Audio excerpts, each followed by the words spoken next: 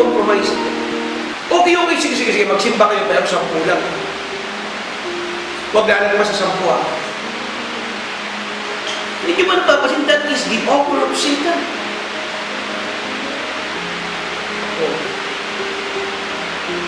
Hindi, sabi ng Panginoon, no, let my people go, that they may worship me and serve me. Okay, sige. Kahit mga bata lang, mga matatanda lang na naalis. Iwan yung mga bata. You see? Ano ngayon? Di ba yung mga bata iwan lang? Yung mga nanay lang pwede lumabas, yung mga bata. Pero hindi pa sa simbahan. Bibili lang ng mga yung mga sa mall. Sa mall pinapayaran. Pero sa mall, ang dami, nakailera. Bakit? May pera eh. May tax dun. Sa church kasi, walang tax kasi wala namang tax ng gobyerno sa offering. So, sabi ni Satan, wala akong kita dyan.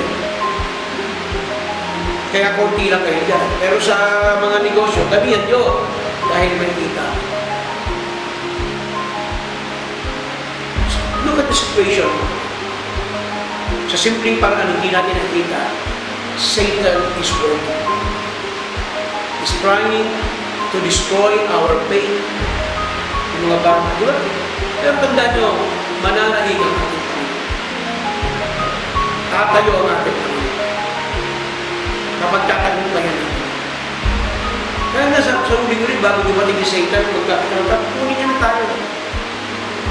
Pinipigilan kayo mag-worship at alam ko, pipigilan kayo, sabi na, kukunin ko na kayo sa lahat. Amen? O yan yung, wag mong negative. Bakit kailangan pa namin mag-anak ko? That is the working, that's the idea of Satan.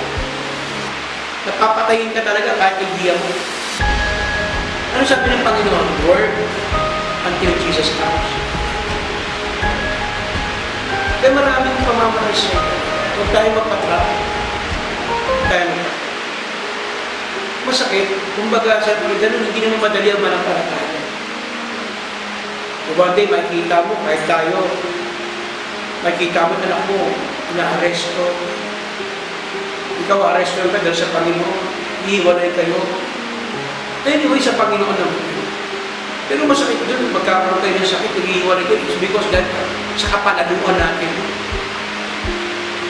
Nagkasakit sila, because sa kapalaluan nila eh. Sa bisyo, sa kasamaan. I don't believe na mayroon isang tapat na Kristiyan ang dahil. Even tapat na pastor na magkakasakot yan sa Panginoon. Kung meron man yan, yung mga ganyan, meron silang hidden sin sa Panginoon. Maring hindi yan tapat. Kasi hindi mo mabasa yung loob. Kaya nga, maganda nga yung testing yung COVID. Diba? Kung magka-COVID ka, nakalagpas ka, okay, God's chosen ka. Tapos di ka nagkasakit sa panahon ka, okay, God's chosen ka. Kaya nagkasakit ka, tapos namatay ka pa. Tapos nagpapanggap kang Kristiyano. Subukin mo. Meron niya, di ba, sa Bebo, bunin. Inabangan ng NPA. Binaril yun, hindi ka malaman kung 6 o 7 na bala. Tumama yun, bang, bang, bang, tumagos na. Bang, buhay. Buhay. Sige, Bebo, siya bunin. Hindi ka naman iba, di ba? Buhay siya. O, katiwala ni Arias doon sa ni Pastor Marzata. Ewan, di pag kung ano yun, buhay eh, siya. Kaya ano kakatakot ko dyan? Kung hindi mo pa panahon. Kasi presidente, hindi pa niya panahon kasi nagkaroon siya eh. Kapag biglang gumarin, kasi nagamot siya. O, hindi niya pa panahon. Kung magkaroon ka man, may gamot eh. Kahit kasi mo, mayapas lang inumin mo, gumaling ka. Hindi pa panahon. Karamdam ka niya, o pinalakas mo siya ng Panginoon. Lahat naman tayo, dadanas ng sakit eh. Ang mahalaga doon, binuhay ka kahit magkasakit ka ng COVID, buhay ka pa rin. Pero, nakalagpas ka ng COVID, tapos kung may pagsamba, ay salamat Panginoon, wala na po yung COVID. Hindi ako nakapagsimba ng whole duration na yun kasi nga, alam mo na, sabi ng gobyerno, wag mong simba. Anong glory meron ka?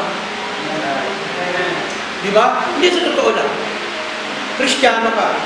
Eh kasi pinagbawal mo. Wala. Yung pastor ng Elis, galing na galing.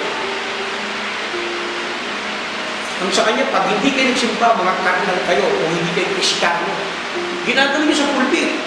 Eh, pastor, hindi pa nga ninyo narinig ano. Kasi nga, ibubolot niya kayo. Tignan natin kung talagang mahal niyo ito. Pero hindi ko kayo pagbabawalan kung hindi kayo umatin, hindi ko kayo judge. Pero tignan mo yung sitwasyon mo. O, tignan nyo, buong duration, wala hindi ka nagsimba. Anong glory mo sa Panginoon? Di ba? Bawal mag-pray, kahit kani-kani, hindi ka nag-pray sa Diyos. Eh si Daniel, binuksan pa. Pinakita mo. Ang lupit mo.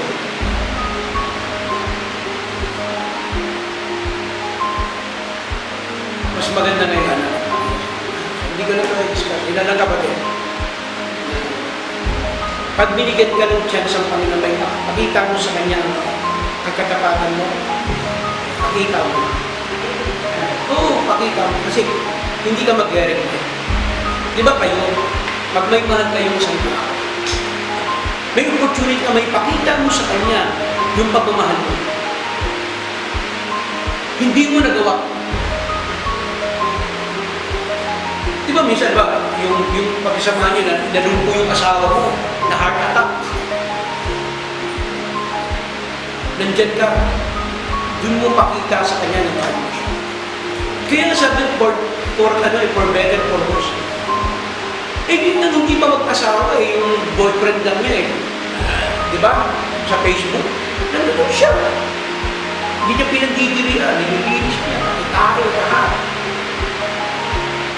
Pero kahit namatay na yung boyfriend niya, masaya pa rin siya. Bakit? Napakita mo mahal. Fortune ba? Minsan, yung pagkakataon na kahit nga, ay mama ko lang. O si mama, mahatid ko lang siya ng takas kahit pagdating ko sa kanya sa USD, wala na ako. Ang hirap ng boundary. Pero lumatin mo siya na nasundo mo siya pa uwi, kahit na minsan nalugi ka sa bahay, di ba? Kasi nilikita mo dyan, oras mo eh. Pero masaya ka kasi nahatid mo siya. Maliit na sakripisyo lang yun.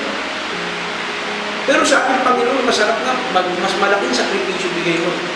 For to me to live is Christ and to die is gain. Diba? Sa Bible verse natin, Mark chapter Diba? Philippians chapter 1, 21 ba? For to me to live is Christ and to die is what? Gain. Eh, ngayon pa nga lang eh, yung contempt kasi baka mahawa tayo mo. Ngayon natin pa. Let's pray. Panginoon, salamat. Salamat sa iyong pagkakit sa amin. Panginoon, dumating mo ang Panginoon. Sa bagay, Panginoon, mahirap din yung pag-pray. Maigi nga, may ganitong kami sitwasyon na sa simpleng paraan, papakita namin ang pananampalataya namin sa iyo. Maaaring mayroong kakibat na parusa, pero ganun din naman Panginoon, kahit po yung mga unang Kristiyano sa Amerika, may multa eh. May magturo ng Biblia, may fine, Panginoon. Pinapay ng gobyerno, binatis pa nila. Pero marami pa rin na nanatili sa paglilingkod sa iyo, matatapang na naglilingkod sa iyo. Sa Africa, may mga cannibalism, pero may mga missionary pa rin, nagpakain pa rin. Kinain sila, pero nanatili pa rin sila. At alam namin, Panginoon, may klima ng buhay nila. Malaki naman ang biyaya nila sa iyo. Sa aming Panginoon, biyayaan mo kami ng matibay ng pananampalataya na may pag-ibig sa iyo. Hindi namin alam, Panginoon, ang aming kinabukasan.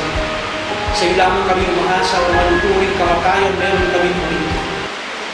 Ama, ganun pa man, nag-iingat din naman kami sa mamagitan mo, sa iyong biyaya, Sa iyong kalooban lamang kami umaasa, Panginoon. Huwag mong gayaan ang iyong mga anak, patuloy mo silang pag-arahin. Give them more grace, Panginoon.